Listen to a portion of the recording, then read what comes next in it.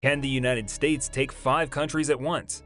If you've been following the news of international politics, then you must have heard about the de-dollarization drive brokered by China. The de-dollarization drive will inevitably lead towards the decline of the USD value, as different blocs will have their own reserve currencies in which they will trade. In this video, we will talk about the prospect of the current de-dollarization drive and what happens if the US cannot be beaten economically. Can these countries launch a successful joint military attack on the US, and what are their chances? So stay tuned as we have a lot to discuss. But before we delve deep into these topics, I would request you to subscribe to the channel. Thank you! So first off, what is the fuss about de-dollarization? Dollar is an international currency, which means that all trade, right now at least, is conducted through exchange of dollars. Any country's economic health can be gauged from its dollar reserve in its foreign exchange reserves. If the foreign exchange reserves are depleted, then it means that the country does not have enough money to provide for its own needs, and failing to secure a tranche of funds from IMF or other donors, it declares default. Case in point, Sri Lanka. Sri Lanka has declared that it has defaulted on its international financial commitments. It will go through a rather painful process of debt restructuring with the IMF, which in turn will demand some far-reaching economic reforms. Now that is a topic for another video. Back to the topic. What is often lost in the discussion is that the dollar was not the first international currency. Humans have always used some form of currency to conduct international trade. Some were very obvious, coins minted out of precious metals such as gold and silver, and some were very unusual such as chocolate, which was used by Mayans and traders living in the Solomon Islands relying on dolphin teeth. The British pound was used for an international currency for quite some time, until it fell from grace somewhere in the mid of the 20th century. The British pound, today, remains the oldest global currency still in use. Now, after the demise of the British pound, it is the US dollar which enjoys the stature of being an international currency. Today, the dollar is the most widely held reserve currency and due to this position dominates global trade. One main indicator which gauges the importance of dollars is that oil, which is the lifeblood of every developed and developing economy in the world, is still valued in dollars.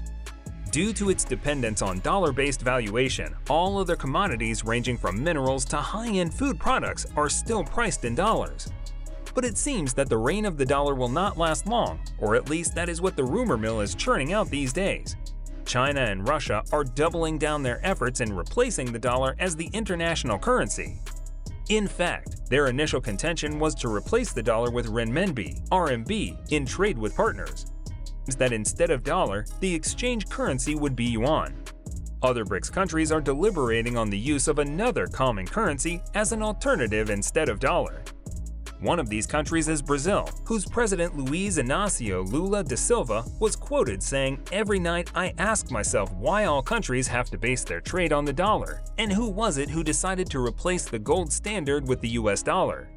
The problem with this thinking is that it assumes that abandoning the gold standard led to adoption of the US dollar as the international trade currency. That is wrong. The dollar domination of international trade came first, and then the gold standard was let go. Also, the de-dollarization plan will not take the riches away from the US overnight. This means that the dollar will dictate the health of any economy around the world for the future to come, especially because the interest rate decisions made by the US Federal Reserves sets the tone for macroeconomic indicators for almost every country in the world. Political economies and political scientists have taken the steam out of de-dollarization schemes and argued that it is merely an effort by the government to decrease its reliance on the USD while trading globally, and that de-dollarization and the demise of the dollar are two separate phenomena and cannot be treated synonymously. So where did the hype originally come from? The hype behind replacing USD in international trade came from Russia, which was increasingly dependent on yuan to cope with its global economic needs, especially in the wake of the sweeping sanctions imposed on it by the US, the EU, and the G7. Russians took quite a beating in terms of international repute when it invaded Ukraine in February 2022. The strangulation of the Russian economy has forced it to seek other solutions for meeting its international commitments other than euros or the dollar. This has been recognized by the US officials, who recognized that Russian initiatives were probably born out of desperation. But the situation was recognized by China, and efforts are underway to internationalize its currency, yuan. This could be seen as a move by China to avoid the sanctions which have been levied on Russia. By building yuan as a reserve currency for some countries, China hopes to create a buffer against the threat posed by US sanctions, particularly directed towards Chinese banks. Other countries could move into this bloc out of sheer necessity. Now, another question that comes to mind is this de-dollarization drive something new? The answer is no. China has been wanting to internationalize yuan since the global financial crisis of 2008. The global financial crisis of 2008 hit Beijing the hardest because the US banks had stopped lending and Chinese investors were left in the dark. Kinda like how Afghans were back in 1990. But that is a topic for some other day. China vowed to do something about it and worked to create a bilateral currency swap deal and establish CIPS, Cross-Border International Payment System. So, in a sense, China has been after this project for quite a while now. But there are other reasons for thinking hardcore about de-dollarization too. One of them is how the US has wielded its power of global economic control, particularly how it has weaponized sanctions. The present debt ceiling crisis is another important point. But what we cannot ignore is that China does have some geopolitical concerns which it wants to address with its push to internationalize yuan. Now, let's address the elephant in the room with the final question. Can the Chinese efforts to dethrone the dollar succeed and end the dollar's dominance for good? The answer is a resounding no. Despite the considerations and motivations of a host of developing countries and superpowers like Russia and China, the dollar's dominance in the global economy is not going to end anytime soon. People may argue that the yuan has been steadily increasing patronage for international payments, and that would be true too, but the actual share of yuan to dollar is very tiny, and this has been confirmed by the world's leading political economists from University of London. Now, let's flip the whole picture, and for argument's sake say that the countries which have signed the trade pact in yuan decide to launch a military strike against the US. Can they succeed? That is quite a departure, isn't it?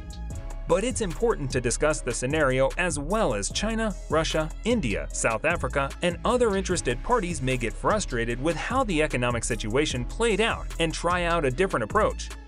Let's try to entertain that scenario. For one, by all accounts, Global Firepower Index, as well as by detailed reviews by Rand Corporation, the US is the greatest military power in the world. Russia and China are the second and third greatest military power after the US, while India is at 4th position according to GFI and 6th position according to Business Insider. But let's focus on Russia and China first, and we will tell you why we are not considering India and the rest of the countries in terms of military power right now. According to Rand Corporation, Russia and China are quickly approaching the military stature of the US, but still have a lot of ground to cover. In their report on Russia-China military cooperation, US will lead in military power, but the prospect of cooperation between the two will lead to development in contingency plans. The two countries enjoyed strategic and military cooperation during the Cold War, since both of these countries shared the same ideological commitments. However, their cooperation turned sour after the mid-1960s. After the visit of Henry Kissinger to Peking in 1970, the geopolitical temperature calmed down. Right now, it seems that shared interests are putting Russia and China in close cooperation with each other again, against the US. The reports ranked the military's power at 0.6, decreasing from 0.7 since 1997. At the same time, China's military power has risen from 0.1 to 0.25, and Russia is somewhere between 0.22 and 0.19. The reports estimate the military power only till 2016. Since then, it has added a second aircraft carrier, 23 new guided missile destroyers, 29 naval frigates, and almost 70 5th-gen J-20 fighters. There are reports of adding a new hypersonic missile to the inventory as well. Russia has also launched its 5th-generation jet, the Su-57 Felon. It has undergone significant modernization of its dated equipment, including the MiGs and Tu-160 heavy bombers. So, even with the combined forces of China and Russia, they still cannot beat the US. Now let's get to other countries. India is a significant player, but despite its military strength, which is quite a lot, will it ever go toe-to-toe with the US? That is highly improbable. In fact, there is not even a single historical precedent when India has pitted itself against the US. In fact, even during the Cold War, India was famous for being a non-aligned country and sought close relations with both the USSR and the US. India also is a sizable market for the US, and chances of that reversing are very bleak. Despite the latest spat of violations of religious freedom in India, India will be in close alignment with the US. Other countries such as South Africa and Brazil do not have much to offer in the way of military effectiveness. In terms of military calculus, the real challenge is from China and Russia, and even with their combined efforts, they cannot beat the US. So there you have it, folks. The US can take on 5 countries economically and militarily. Thanks for watching this video till the end, and please give this video a thumbs up if you found something of value.